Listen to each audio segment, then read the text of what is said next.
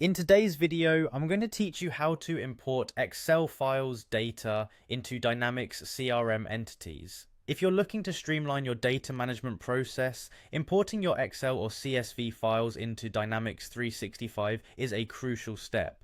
Let's dive into how you can do this with ease and precision. First, you'll want to open your Dynamics 365 CRM application. It could be something like the Sales Hub or any other CRM app you're currently using.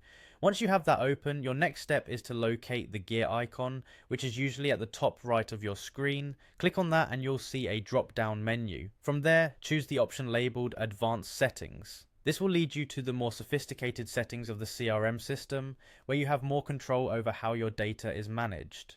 After entering the Advanced Settings section, navigate to the left panel where you'll find an array of options. Look for Data Management and click on it. In the drop-down that appears, select Imports.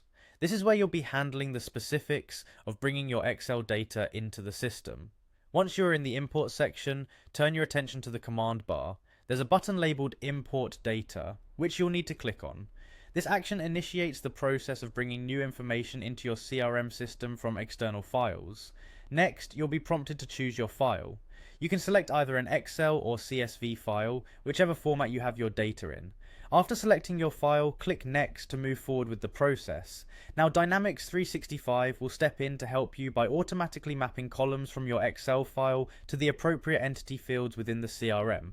This automated feature is intended to save you time and reduce errors, but it's crucial to double check its work. Carefully review the mappings that Dynamics 365 has made. This is an important step because sometimes the system might not match fields perfectly. If you notice any mismatches, adjust them manually to ensure that data is imported correctly. Once everything looks good and the mappings are accurate, locate the Submit or Finish Import button and click it. This action will commence the import process and you should see a confirmation that Dynamics 365 has begun importing the data.